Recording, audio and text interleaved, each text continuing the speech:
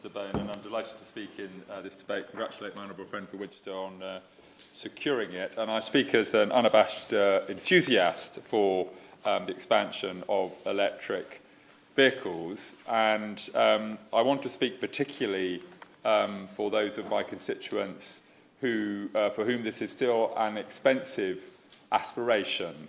And for my constituents, it's about 25% or so who don't have their own driveway, for whom being able to charge easily is problematic. So it is good, as the Honourable Lady from Bristol who's just spoken said, that the government has committed to 300,000 public charging points by 2030. I like the scale of that ambition, as I do the 6,000 ultra-rapid charging points on our strategic road network committed to by 2035. And those ultra-rapid charging points, well, I understand, are generally able to charge your car in about 30 minutes. And I think for most of us on a motorway service station, by the time, Mr Bone, you've answered the call of nature, gone to get a coffee, sorted out children and dogs and anything else that needs to be attended to, it can often take us about that period of time. And if you've got a few minutes over, you can always check a few emails while you're waiting. So that is absolutely excellent, and we need to push forward on that. I will also say that a couple of weeks ago I was privileged to be able to chair a meeting in the House of a number of significant electric vehicle installers.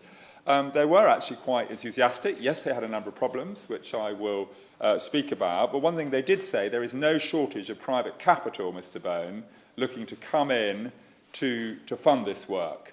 And that is excellent. I think investment funds, wealth managers around the world have absolutely got the direction of travel. No one wants to be found holding stranded assets when the music stops. And this is absolutely the direction for the future. It can be monetised, and there is a lot of private money willing to flow into this if we can get the overall public policy architecture right on this. So that, I think, is reasonably good news. I do think there is a case, perhaps an early budget submission by the Minister, if I may, to cut the level of VAT on public chargers, which is more expensive than on private chargers. I think that would help. That would be a sensible policy intervention. And I'd also like to see a requirement for the interoperability of charging points if they're going to receive public funds. I thought we had committed to that a while ago, but we're still not quite there yet. And I think that would be a sensible move, because as the Honourable Lady who spoke before me said, it's difficult enough sometimes to get access at the moment to a charging point, and if you find that it's not your network or not your car, then that really just adds to the stress and the anxiety and doesn't help us with where we need to go. Now, I contacted... yes, of course. In his last budget statement, the Chancellor announced that EVs would no longer be exempt from vehicle excise duty from 2025, paying the lowest rate in the first year, following that standard the second year, and will also lose the exemption from expensive car supplement. Does the honourable member think that as this will come some years before the complete phase-out of petrol cars, it could impact the public's willingness to prioritise purchasing an EV? Andrew Selous. Well, I think the Honourable Lady makes a sensible point in that we clearly have to phase in these two moves together. There will be a serious loss of revenue to the Treasury as the number of electric vehicles increase, so we all do have to be sensible about how we're going to replace that revenue, but we must do it in a way that encourages this transition that I think really all of us here today very much want to see happen, and I thank her for raising that point. I was just saying, Mr Bone, that I contacted Stephen Mooring, the excellent head of sustainability at Central Bedfordshire Council, before this debate, and he raised 4 points with me that I would draw to the attention of the Minister. The first one is the expense of connection costs for public charging points, and it is not uncommon in Central Bedfordshire for quotes from from the grid of up to £45,000 per connection, and that is simply not economic for local authorities. So we do need to make sure that the grid is working with the installers to make the continued rollout of charging points economic.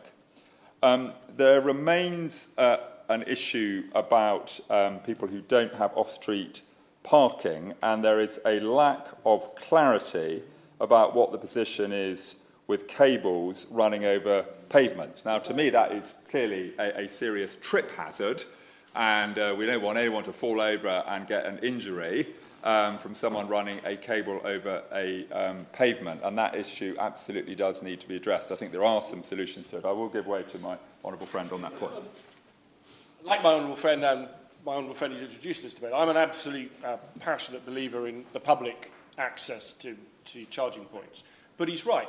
We allow utilities and others to put all sorts of cables across our streets, safely in most cases.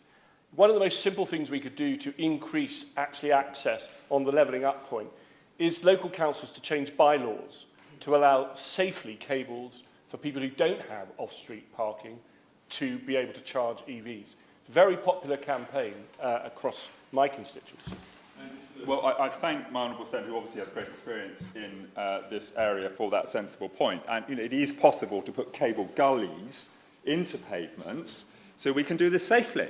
And that is a relatively straightforward technical proposition. So we should see more of that, and I think clarification is needed about that to help the many people who don't have off-street parking, to enable them to charge. Now, in terms of planning permissions for new supermarkets and retail parks and so on, local authorities can, of course, require that electric vehicle charging points are put in, but it is less clear what the position is about existing supermarket car parks and so on, and there is a lack of clarity on that front as regards local authorities in terms of the overall mix.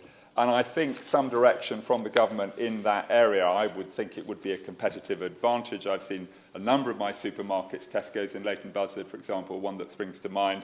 I hope the others will forgive me if I don't remember them, who have moved forward and done this, which is very welcome. But that is a big opportunity, which I think some direction from the government would be helpful. Also, for rural charge points, this is more challenging, as my honourable friend from Suffolk said earlier, but there are opportunities actually in village hall car parks and elsewhere, and we need to make sure that that can be a possibility. Certainly one among a number of neighbouring villages, I think, is sensible to make sure that we are fair to people in rural areas as we are in towns.